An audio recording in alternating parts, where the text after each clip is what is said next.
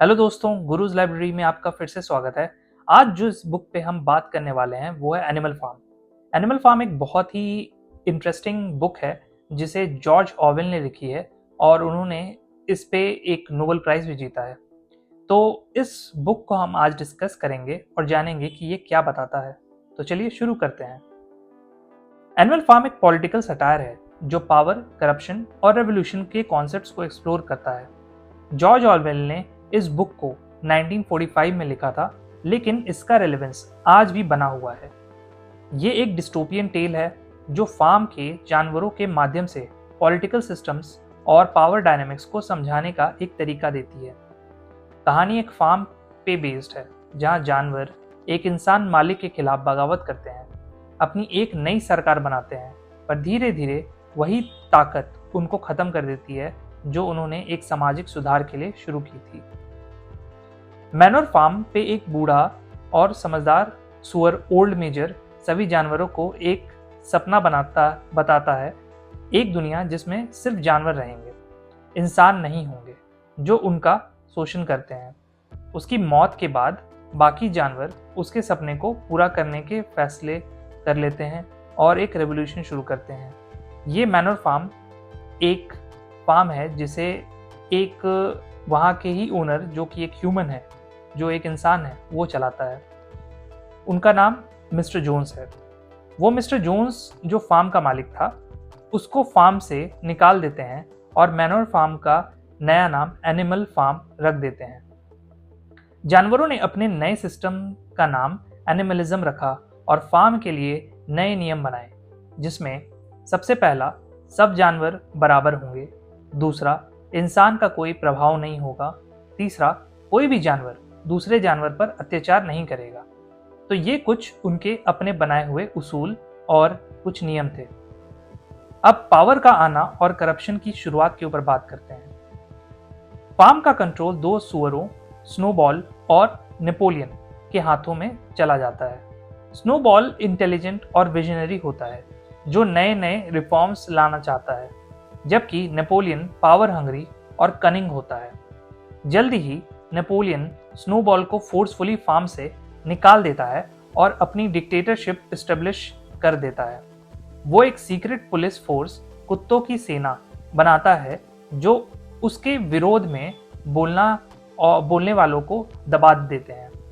Napoleon धीरे धीरे अपने पावर को बढ़ाता है और अपनी पॉलिटिकल स्ट्रैटेजी से बाकी सब जानवरों पर कंट्रोल जमा लेता है।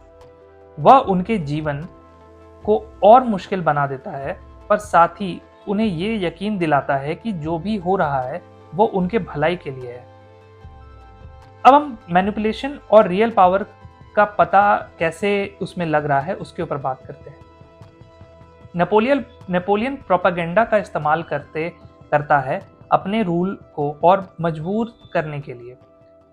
स्क्वीलर नाम का एक सुअर, जो एक तरीके का प्रोपेगेंडा मिनिस्टर है, फेक न्यूज और मिस इन्फॉर्मेशन फैलाता है ताकि जानवर नेपोलियन की बातों को सच्चा माने।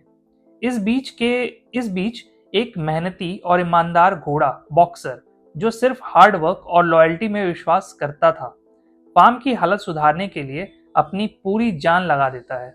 पर जब वो वीक हो जाता है और काम नहीं कर पाता तो नेपोलियन उससे एक बुचर के पास बेच देता है, जबकि बाकी जानवर सोचते हैं कि उसका इलाज हो रहा है। अगर हम इसके एंड के ऊपर बात करें तो ये कुछ हमें ऐसा मैसेज देता है कि जो इंसान थे वो जानवर बन गए। धीरे धीरे नेपोलियन और उसके साथी सुअर इंसान जैसे बन जाते हैं और उनके जो बनाए हुए पहले के जो नियम थे अब वो कुछ इस तरीके से हैं। पहला, कपड़े पहनते हैं जो उसके हिसाब से देखा जाए तो नेपोलियन और उनके जो भी पावर से रिलेटेड जो उसके साथ थे वो कपड़े पहनते हैं। दूसरा, वो दारू भी पीते हैं। तीसरा, दूसरे जानवरों का उतना ही शोषण करते हैं जितना पहले इंसान किया करते थे। तो ये जो तीन ऐसे काम थे, कपड़े पहनना, दारू पीना, दूसरे जानवरों का उतना ही शोषण करना जो पहले इंसान करते थे, तो ये खुद ही एक सर्कल जो हम जिस पे बात अभी कर रहे थे वो फिर से स्टार्ट हो जाता है। बाकी जानवर एक दिन फार्म हाउस में झांकते हैं और देखते हैं कि सुअरों और इंसानों में कोई अंतर नहीं रहा।